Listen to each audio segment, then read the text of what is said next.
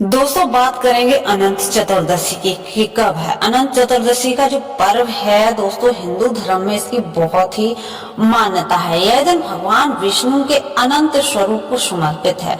साथ ही यह 10 दिनों तक चलने वाली गणेश उत्सव के समापन का भी प्रतीक है। इस दिन साधक भगवान गणेश की प्रतिमा का विसर्जन करते हैं, जिसे गणेश विसर्जन भी कहा जाता है। तो आइए जानते हैं साल अनंत चतुर्दशी कब शुरू होगी और इसकी पूजा विधि कब है, सब डिटेल जानते हैं। तो दोस्तों सबसे पहले बात करते हैं अनंत चतुर्दशी की, जो है उसके हिंदू पंचांग के अनुसार भाद्रपद महीने के शुक्ल पक्ष की चतुर्दशी तिथि शुरुआत के 6 सितंबर को देर रात 3:12 पर शुरू हो जाएगी। वहीं इसका समापन की बात करें तो 7 सितंबर को देर रात 1:41 पर होगा। उदया तिथि को देखते हुए इस साल 6 सितंबर को ही अनंत चतुर्दशी मनाई जाएगी। तो दोस्तों डेट तो हो गई आपकी क्लियर। और पूजा की बात करते हैं तो सुबह जल्दी उठकर स्नान आदि करके साफ सुथरे कपड़े पहन लें। इसके बाद भगवान विष्णु का ध्यान करते हुए व्रत कथा का संकल्प लें। एक वेदी पर भगवान विष्णु की प्रतिमा स्थापित करें, एक कलश में जल भरकर रखें। भगवान विष्णु के जो है भगवान विष्णु का जो षोडशोपचार विधि से पूजा करें। उन्हें पीले फूल, चंदन, अक्षत, धूप और दीप अर्पित करें। भगवान विष्णु के मंत्रों का जप करिए। अंत में आप उनकी आरती अवश्य उतारें। वहीं जो लोग गणेश उत्सव मनाते हैं वे इस दिन गणेश जी की विधि विधान से पूजा करके उनका विसर्जन करें। विसर्जन से पहले भगवान गणेश की आरती जरूर करें और उनसे अगले साल जल्दी आने की प्रार्थना भी करें। तो दोस्तों अनंत चतुर्दशी की बात कर ली है हमने। अब हम आपको गणेश जी की कुछ कथाएं सुनाते हैं जो हमें सुननी चाहिए। दोस्तों पूजा करने के बाद हमें जो कथा रहती है वो अवश्य ही सुननी चाहिए। कोई भी व्रत हो, कोई भी त्योहार हो, तो गणेश चतुर्थी की कथा हम शुरू करते हैं। गणेश उत्सव पर गणेश व्रत कथा का पाठ करना अत्यंत शुभ और फलदायी माना गया है। यह केवल पूजा का ही नहीं बल्कि व्रत की पूर्णता का आवश्यक अंग है। व्रत कथा सुनने या पढ़ने से गणेश व्रत पूर्ण माना जाता है। बिना कथा पाठ के व्रत अधूरा रहता है। गणेश जी को विघ्नहर्ता कहा गया है, इसलिए कथा पाठ से जीवन के सभी अवरोध, कष्ट और संकट दूर होते हैं। धार्मिक मान्यता है कि कथा सुनने से घर परिवार में लक्ष्मी का वास होता है और व्यापार व नौकरी में उन्नति तथा धन वृद्धि होती है। तो चलिए गणेश चतुर्थी व्रत की हम कथा पढ़ते हैं। तो दोस्तों सबसे पहली कथा है, एक बार महादेव जी भोगावती नदी पर स्नान करने गए। उनके चले जाने के बाद पार्वती माता ने अपने तन के जो है शुद्ध और चैतन्य मल से छोटे से बालक का एक पुतला बनाया और उसमें प्राण डाल दिए। उसका नाम गणेश रखा। पार्वती माता ने उस बालक से कहा कि तुम द्वार पर बैठ जाओ और तब मैं नहा कर आती हूँ, किसी को अंदर मत जाने देना। नदी में स्नान करने के बाद जब भगवान शिव जी वहां पहुंचे तो गणेश जी ने उन्हें द्वार पर ही रोक लिया। शिव जी ने बहुत समझाया पर गणेश जी नहीं माने। भगवान शिव वास्तव में क्रोधित हो गए और त्रिशूल का उपयोग करके उनका सिर काट कर भीतर चले गए। बाद में जब माता पार्वती को पता चला कि क्या हुआ तो वह बहुत ही क्रोधित हुई। पार्वती माता बहुत क्रोधित हुई और उन्होंने ब्रह्मांड को नष्ट करने की धमकी ही दे दी।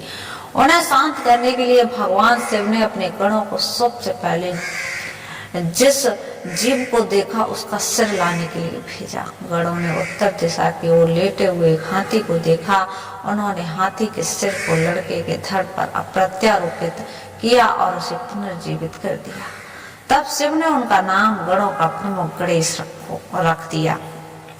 देवताओं ने गणेश को तमाम शक्तियां प्रदान की और प्रथम पूज्य बनाया। यह घटना भाद्रपद माह के शुक्ल पक्ष की चतुर्थी को हुई थी, इसलिए इस तिथि को पुण्य पर्व गणेश चतुर्थी के रूप में मनाया जाता है।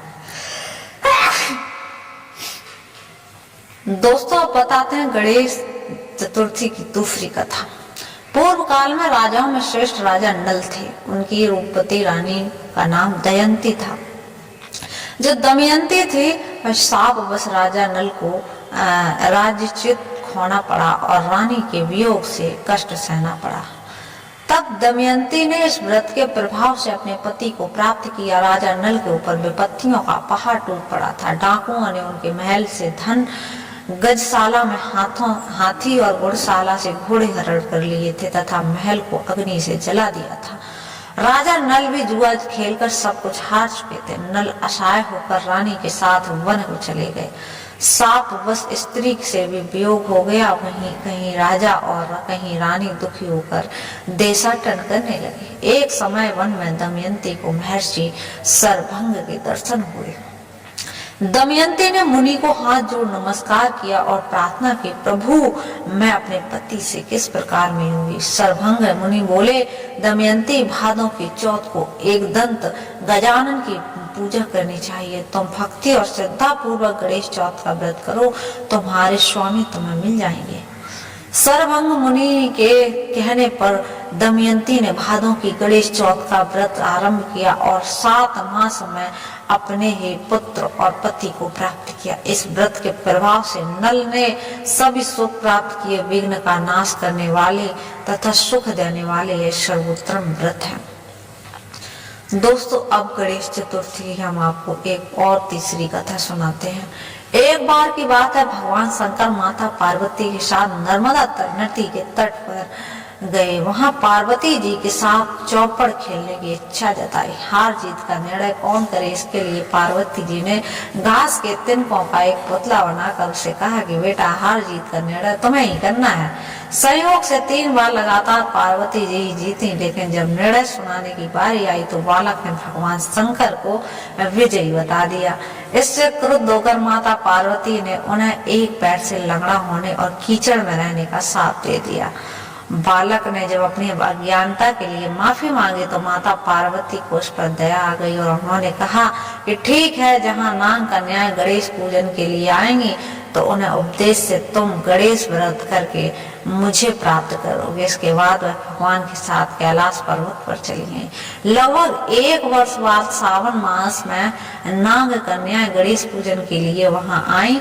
नाग कन्याओं ने गणेश व्रत करने की विधि उस बालक को भी बताई, तो उसने भी 12 दिनों तक गणेश का व्रत किया। गणेश जी उस बालक के व्रत से प्रसन्न हुए और उन्हें मनोवांछित फल मांगने का वरदान दिया।